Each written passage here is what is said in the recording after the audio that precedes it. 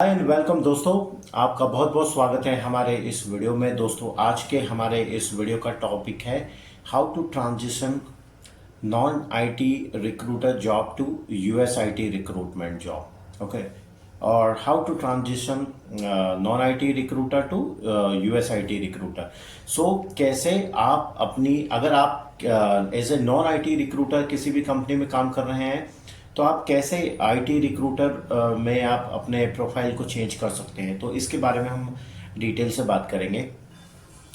मान लीजिए दोस्तों, आप किसी भी यूएस स्टाफिंग कंपनी में या किसी भी डोमेस्टिक स्टाफिंग कंपनी में काम कर रहे हैं और आप एज एक आईटी रिक्रूटर बनना चाहते हैं, तो आपका क्वेश्चन होगा कि कैसे आप एक आईटी रिक्रूटर बनकर कैसे आप अच्छी सैलरी पा सके और आईटी रिक्रूटर बन सके।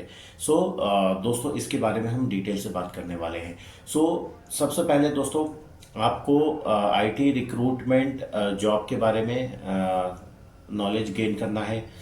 Okay, so learn how you have to learn IT recruitment. Okay, so IT recruitment क्या होता है इसके बारे में आपको जानना है।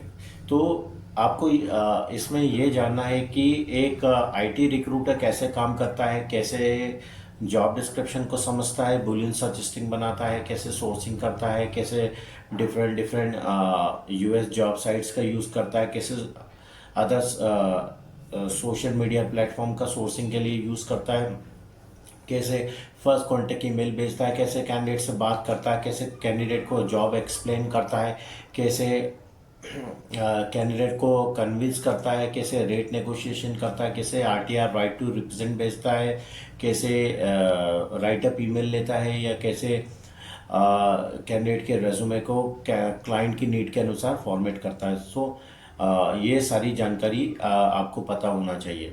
ओके, सो ये सारी जानकारी नॉन आईटी, जैसे कि अगर आप किसी भी कंपनी में नॉन आईटी रिक्रूटर काम कर रहे हैं तो सेम आपको एज आईटी रिक्रूटर काम करना है। लेकिन इसमें डिफरेंस ये होता है कि आईटी रिक्रूटर जो जॉब होती है एक टेक्निकल जॉब होती है, तो इसमें आपको टेक्निकल पार्ट का थोड़ा सा ध्यान रखना है।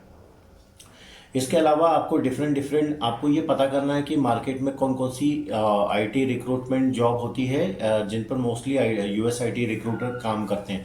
तो मोस्टली हम कुछ एग्जांपल आपको दे देते हैं, जैसे कि Java developer, front end developer, back end developer, DevOps engineer, ETL developer, software engineer, software developer, data analyst, data architect, dashboard engineer, network engineer, ऐसी कई सारी जो पोजीशंस होती हैं। और भी पोजीशन आपको बता सकते हैं, तो इनके बारे में आपको पता है करना है। हर एक पोजीशन का थोड़ा सा डिटेल में आपको एनालिसिस करना है कि इनके कीवर्ड्स क्या है या टेक्निकल टर्मिनोलॉजी क्या है, वो सारी चीज़ें आपको पता करना है। इसके अलावा दोस्तों हमने कुछ पॉइंट्स लिखे हुए हैं।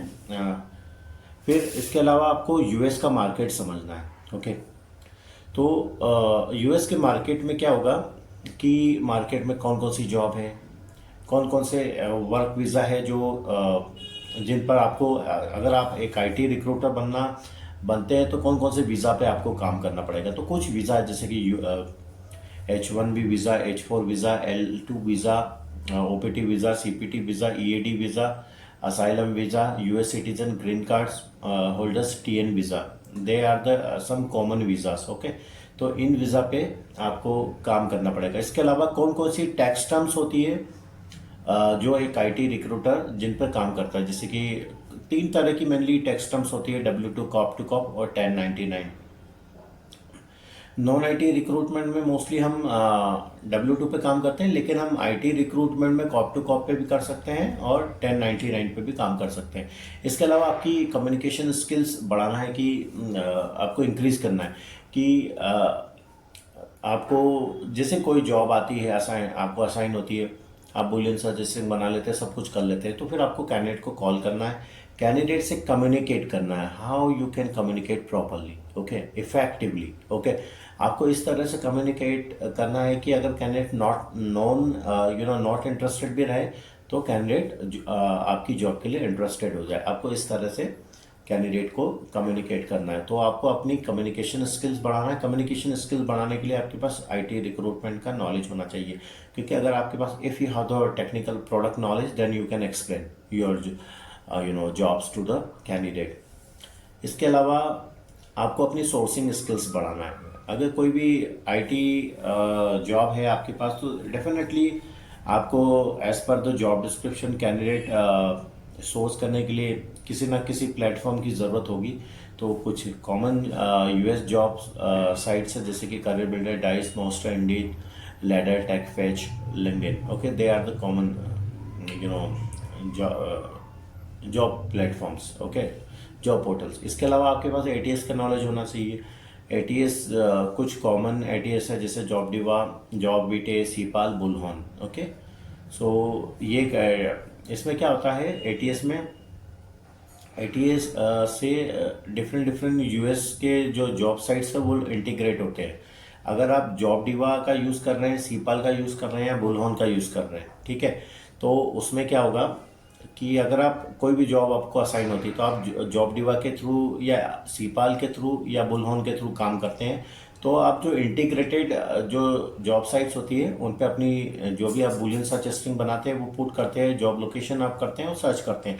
तो इसके बाद जो भी रोज रेज्यूमे आपको मिलते हैं, अगर आप किसी भी रेज्यूमे को ओपन करते हैं तो सबसे पहले आपको उसको डाउनलोड करना पड़ेगा। वो ऑटोमेटिकली डाउनलोड हो जाता है और आपके एटीएस में सेव हो जाता है।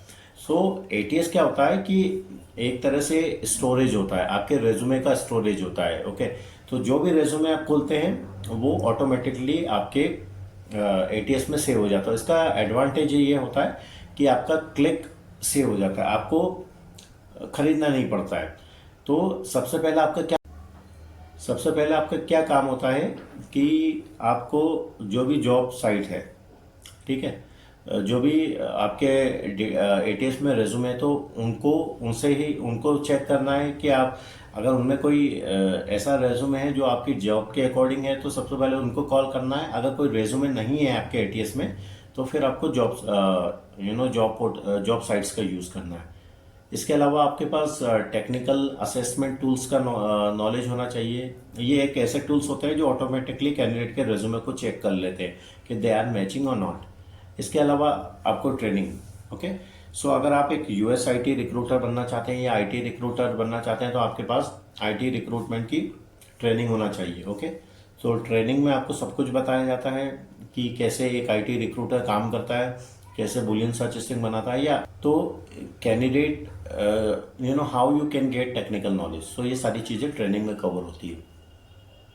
इसके वाला के बाद जो भी आपने नॉलेज गेन किया है उसको आपको अप्लाई करना है और आपको मार्केट ट्रेंड्स के अकॉर्डिंग अपडेटेड रहना है।